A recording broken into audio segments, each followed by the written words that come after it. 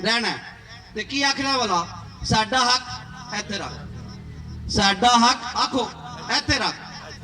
एक आवाज बोलनी आई तो इस तरह तो आवाज गूंजनी चाहिए, साडा हक इत्थे रख। चट्टा साहब नींदर आ गई, उठ जाग कुराड़े मार नहीं, ए सौंग तेरे दरकार नहीं।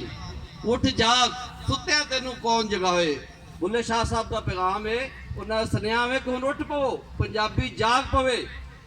पंजाब जाग रहा है, एक लहर उठ गई है। तुसी वेखो रहीम यार खान तेल तक लाहौर तो लैके जनूबी पंजाब तक, शिमाली पंजाब पिंडी, कोई ऐसा इलाका नहीं जिथे लोग लहर नहीं चल रही।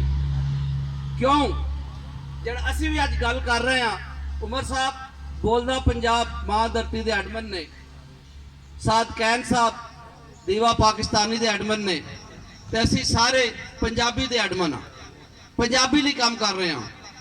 ते ये जी लोग लहर चली है, बाजी कौसर मौजूद ने, मदरसे तो आए ने, इन्हें भी अज पंजाबी के वाल गल करनगे। गल इंज आ जी कि वह हक जिहड़ा 1849 दे विच साडे कोल खोया गया सी, अज दा ये दिन उस हक नूं वापस लैण लई एक जद्दोजहद है। ते ए जिहड़ी कूक है, कूक फरीदा कूक तू जिवें राखा जवार, ते ए राखी करनी है किदी, अपनी मां बोली दी।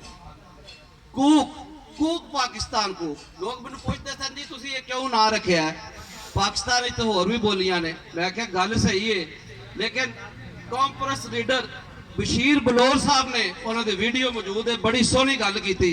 उन्होंने कहा कि यूनिवर्सल प्रिंसिपल है कि जेड़ा